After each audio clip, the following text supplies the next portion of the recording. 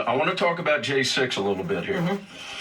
Now, given the fact that President Trump was indicted last week, or by the time you watch this, a week and a half ago, there were some people that were taking great joy in what was going on. And obviously that's disappointing to see and watch and hear. But there's a very controversial individual that is deeply involved with January 6th. And his name is Michael Fanone. And Michael Fenone claims that he was beaten basically into submission by J6ers. And there were some things that did go on during that moment in time. But he was extremely, what's the word I'm looking for, where you would ignite a fire. He was he was over the top in an interview that he had on CNN. And I'm not going to describe it anymore. I'm going to let you all make your own decisions on how you feel Michael Fanone is as his character may show in this clip. And notice the CNN anchor's reaction. Even she was appalled. With Laura Coates. All right, Ron, roll this. Let's get a thought on this. When I first learned about the indictment, I had a long conversation with a friend of mine, Ryan Riley, and I told him how proud I felt to be an American at that moment. Much in the way that I did when I learned that our military had killed Osama bin Laden. I just felt incredibly proud. These two seem comparable to you? Incredibly proud to have been. I'm sorry, I want to cut you off, but why that comparison in particular? I believe they're comparable. In what way? Absolutely.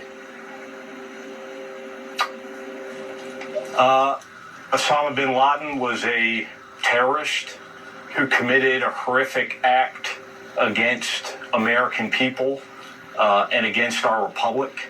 And I believe that Donald Trump is a terrorist who committed horrific acts against the American people. You can imagine that is a very eyebrow-raising statement, to say the least. The notion of Osama bin Laden in a comparison to Donald Trump, it likely speaks to just how deeply you have been concerned and have felt about all of this. But are you concerned that statements like that, or the rhetoric surrounding what his role has been, is going to cloud people's view of this indictment as a fair process? I think that the only person or people whose view matters with regards to this indictment are the jurors who will eventually be sat and listen to the facts and ultimately make a judgment as to whether or not Donald Trump is guilty of the charges that Jack Smith and the Department of Justice have brought forward. The DOJ, as Other you know, than that, what I say or what Republican lawmakers say is just, shit to take up time on cable news. Well, I do appreciate the way you want to spend my evening. Yeah, ours too. I don't think she did appreciate it, actually. Let me tell you who he really is, though. And Julie Kelly has come out with this. She's had some great stuff the last couple of weeks. He's not your working class kid. He grew up with a silver spoon. He went to Georgetown Prep. And his father apparently is a big-time attorney connected to the Democrat Party. He used to talk with a Southern accent. Suddenly, Julie's noticing with what she's seen lately that, and we can see it there, the Southern accent's There are people that are gone. talking about, I'm not interested in the guy's accent. Let me interject something here, please, but Donna. you should know about what the background is. Look, this is a perfect example of what's going on inside that D.C. bubble. Yeah. That was reprehensible. While he's entitled to his opinion, and we respect that, I don't understand why that is not considered insightful language.